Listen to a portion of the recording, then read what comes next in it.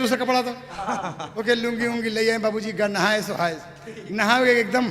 उस समझ गए ना जब उठाए सापन धोती तो देखत कि रे बाप रे तब मुँहता रहा ही बहुत नरक होगी भगवान जल्दी गए बाबूजी नहाए सो कपड़ा उतार कर अपने दीदी के देते धो दे कहीं तू बहुत बार बार दीदी को बोला से तुम कहीं कि और क्या हमारा कपड़ा धोई बे जता दे दूसरा कपड़ा बाबूजी पहरे गमछा दे दिए कि लुंगी दे दिए कहीं जा चला काका ने उनको देखा बहुत तोहर तू झूठा तोहर बापो झूठा कन का यार तू बातें बात में चला खा हाथ पकड़ के बाबूजी ले आया यहाँ रसोइया बा जहाँ खाना है चौका लगा है और आए के बाबूजी चौका लगल बा थाली सामने अभी नहीं है और तब देखा तब कहन कहूँ कहना कह जीजा बैठ जा जीजा बैठा कहन कहूँ एक बात बताई हम आवे के आएगे सब कुछ कैली लेकिन हम ना बैठक उस सोचत बा ऐसा कहाँ बैठी हम ऐसा ना हो बजाय पीढ़ा के बजाय हम थाली पे बैठ गई तो गड़बड़ हो जाए मतलब उनका वो कहे बैठा भाई तब ले हाथ पकड़ के बैठा कहा बैठ जा अंदर जब पहुंचा के सब्जी का महापहक मिली बाबूजी बड़ी भूख लग गई रे बाप रे भोजन बड़ा चटपटेदार बा लेकिन हम बैठी तो कहाँ बैठी हमारे गुरुजी का ओरिजिनल था प्रयागराज का खाटी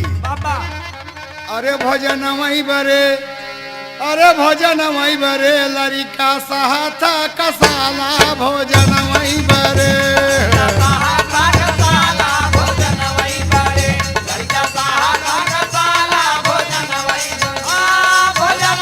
बहुत अच्छे मास्टर समी जी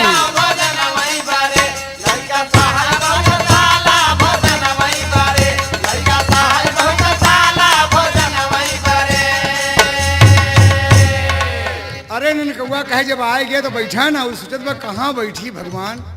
ऐसा ना हो कोनो गड़बड़ सड़बड़ हो जाए और हम थाली में बैठ जाई पीठा ना मिले तब तक वो हाथ पकड़ के बैठा बैठक जब बैठ गए बाबूजी पीढ़ा पे तो सोचने लगे कि अरे भगवान हे बजरंग बली आप तो भोजन मिल जाई जय हनुमान ज्ञान गुण सागर जय के पीसते हूँ लोग उजागर महावीर विक्रम बजरंगी कुमन निवार सुमत के संगी कह के बैठा बाबूजी हरि ओम हरि ओम हरि ओम ओम नमो भगवते वासुदेवाय ओम नमो भगवते वासुदेवाय ऐसे जब बैठ गए बाबूजी तो जीजा जी के आगे झट परोसी गई थारिया जीजा जी के आगे झट परोसी गई थारिया अरे बिरहा बिरहा झट परोसी गई थारिया बादल में बागी रहे थारिया वो करिया बादल में बागी रहे थारिया वो करिया अरे हाँ थारिया के बीच ससुरी कही गई घोटाला भोजन वही बर लड़का साहब का साला भोजन वही बरे लड़का साहब का साला भोजन वही भोजन वही बरे हो भोजन वही बरे राम भोजन वही बरे लड़का साहब का साला भोजन वही बरे लड़का साहब का साला भोजन वही बरे संजोग देखा जहाँ बैठा हैं लमछर पगहा में बकरी बांधी बा और बकरी घूम आए हमरे और थारी में लाग पेशाब करे लाग जब तिल तिल तिल तिल तो ननकौआ इस सोचत बोका देखा तो कुछ है नहीं चिमनी लुपुर लुपुर लुपुर लुपुर ओके कुछ सुझाता ही ना बा वो सोचत बा कि जरूर सड़ुआइन हमार इमे घी छोड़त है कहन अब घी जिन छोड़ा अब घी जिन छोड़ा आई बकरी मुंह से जात बा कहे ओकर कोटा पूरा हो तो कहे वो उठाओ अपन पूछ आई एकदम बाबूजी अरे दाल तिताई जाई अक्ति तावे लगे अच्छा ना लगे तो हम ज्यादा घी ना कहता जिन छोड़ा तब तक ओकर हाथ पूंछी पे गवा अगली अरे खेसरी रे तेरी की नाश तो हो गया ननकौआ कहे दौड़ाए थारी में जना बूढ़ा चढ़ा अटाई खटाई सब ऊपर पहुंच गए अब जी सब्जी रोटी सोटी सब बच गए रे बाप रे मैं बूढ़ा आएगे बाढ़ आएगे जब पोखरी अपन कोटा पूरा कर ले तो खड़ी होगी ननकौआ आएगा कैसा थारी में तेरे पोखरी मुँह में जीजा जी देखे नहीं तो चुप बर्दवानी में इतना अच्छा अच्छा गोरू बांधा है और दुआरे कुकुर बोलत बबे चोर चारी के जमाना सारे हम तो मुड़ मुड़ी घुमाए ही और वही सुनत है कि कोनो आदमी कोनो बोलत बा का कुछ हम हमू रनकत है हमरी अपन काम कर दी बाटे। हम तो उससे पूछी थी बे जे तोरे खियावे की जगह नहीं रहा तो ससुर दुआरे लिए तो दे देता हम वही हम खा ली का ही लिया जहाँ ओकरी पोकरी बानी जाता हुआ मेहमान खिया हो जाती बे। कहे जीजा रे बाप रे हई अब का बताई एक पगावे बड़ा लमछर बा राजे का हम लई के बाबूजी लीपा पोता गवा सरकार के बाबूजी दूसरी जगह ले जाके जीजा जी के बैठा दिए बढ़िया ढंग से जीजा जी बैठ गए। अपने मन में सोचत बा कि अरे बजरंग बली पहलवान साहब लंगोटा कैसे देव पग पग पर धोखा खाता ही। अब इतने में देखें बड़ा अच्छा मौका लगा कि जीजा जी के आगे दूसर आई गई थारिया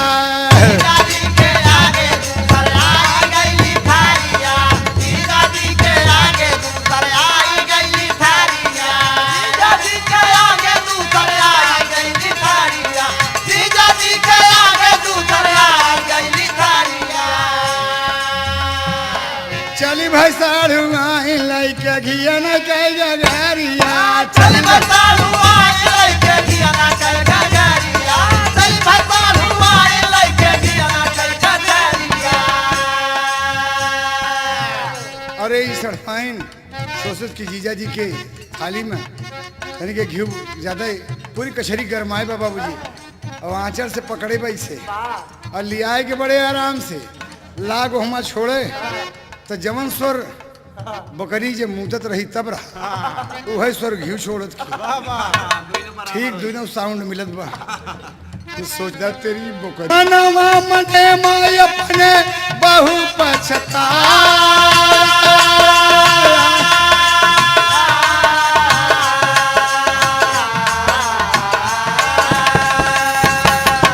जहां जहां मार पड़ी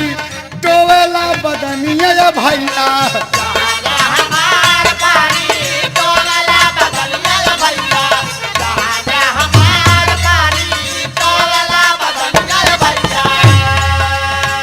हाय रे रतौधी हमके दिहली कणवा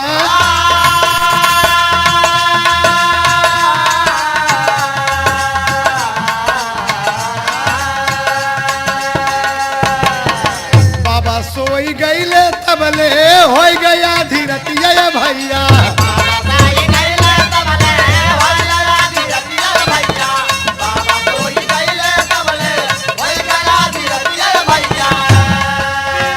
उठी के दुल्हनिया धीरे धीरे गईलिया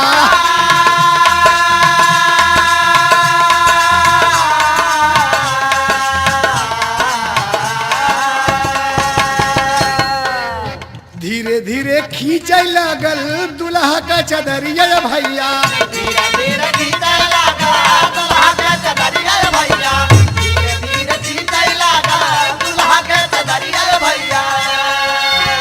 ये तने में दुल्हा गवा हो बड़ा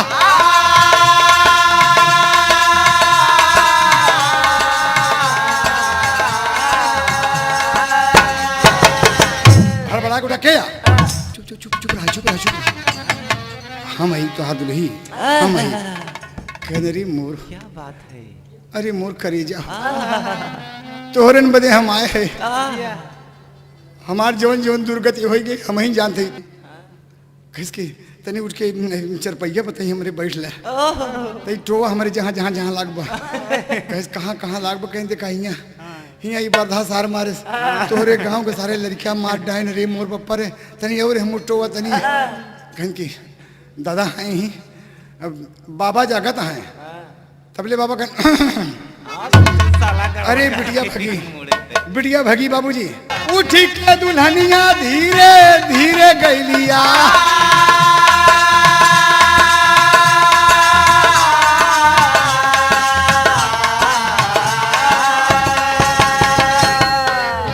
धीरे धीरे खींचे लगल दुल्हा का चदरिया भैया धीरे धीरे खींचे लगा दुल्हा के चदरिया भैया धीरे धीरे खींचे लगा दुल्हा के चदरिया भैया। ये तने में दुल्हा गवा हो बड़ा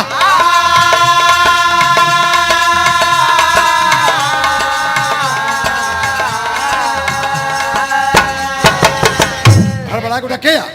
चुप चुप चुप चुप रहा चुप रहा चुप हम ही तो दुल्ही हम ही कहने रे मोर क्या बात है। अरे मोर करेजा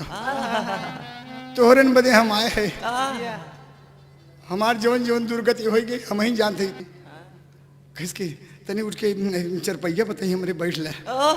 तई टोवा हमारे जहाँ जहाँ जहाँ लागबा कस कहाँ कहाँ लागबा कहीं देखा हिया बरधा सार मारे तोहरे गांव के सारे लड़कियां मार डाइन रे मोर पप्पा रे तनी और हम टोवा तनी कहीं की दादा हैं ही बाबा जागत हैं तबले बाबा कह अरे बिटिया भगी बाबूजी कह मेहमान मेहमान कहन की मेहमान सोरे निकुरा बोलावे लागे बाबूजी मेहमान मेहमान दुल्हनी से अपने ही बता दिया कि हमारे रतौंधी हो था वो बोले कि दवाई ववाई करा खूब बढ़िया ढंग से अच्छा हो जा आवा दोस्त अगर नौजवानी में रतौंधी हो तो बहुत बड़ी कमजोरी है अपने इतना खूबसूरत नौजवान इतना अच्छा लड़का सब कुछ होते हुए भी लेकिन ऐसा रोग उसे मिला कि कितनी तकलीफ उसको झेलनी पड़ी और झेला बाबूजी बाबा जी आश्वस्त हो गए कि मेहमान के हमरे रतौंधी हो था और धीरे धीरे बीत गई देखा सारी रतिया भैया धीरे धीरे बीत गई देखा सारी रतिया भैया धीरे धीरे बीत गई देखा सारी रतिया भैया। अरे बाबा से देखा तब कहे समझा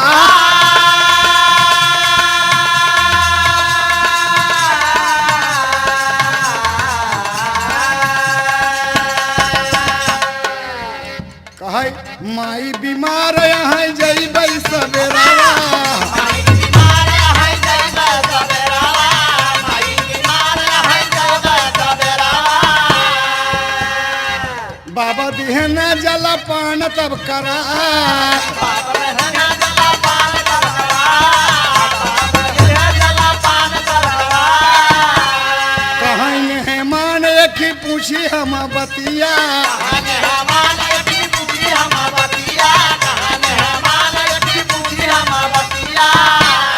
तोहरे रतौंधी का रोग धरे बाहर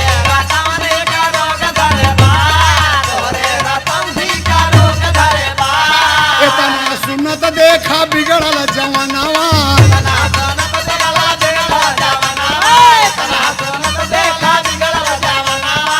बाबा तू दिहा ऐसी बतिया सुना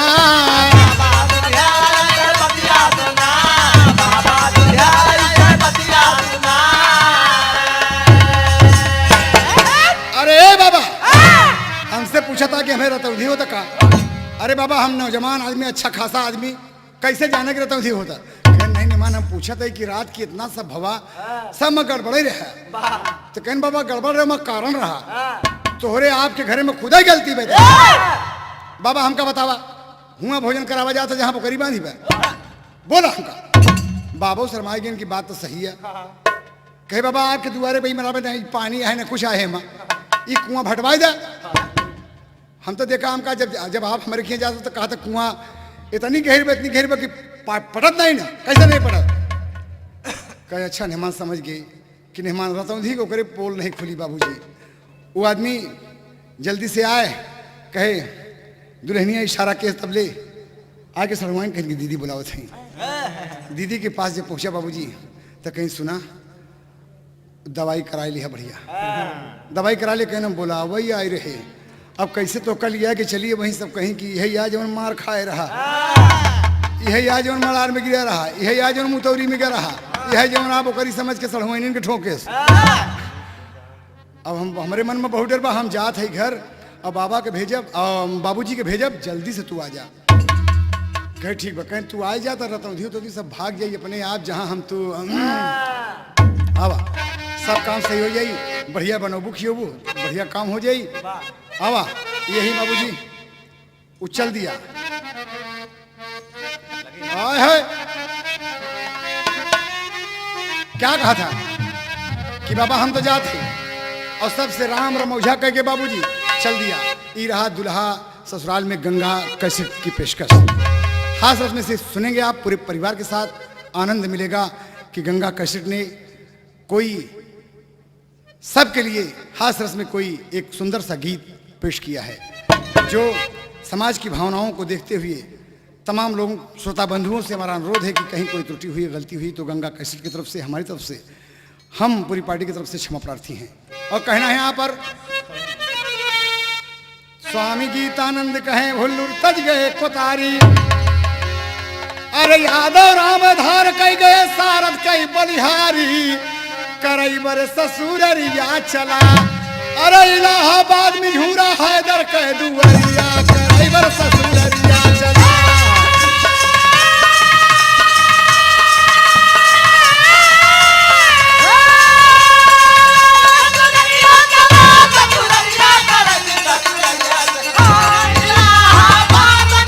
एकदम सही हो।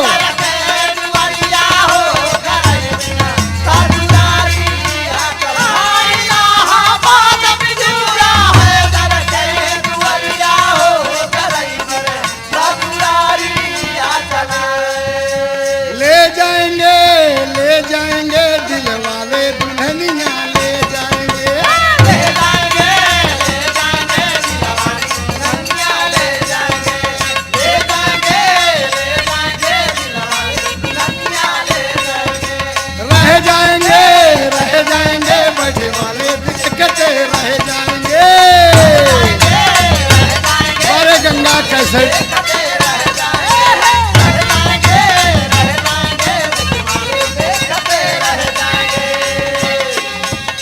हमारा सलाम कबूल हो।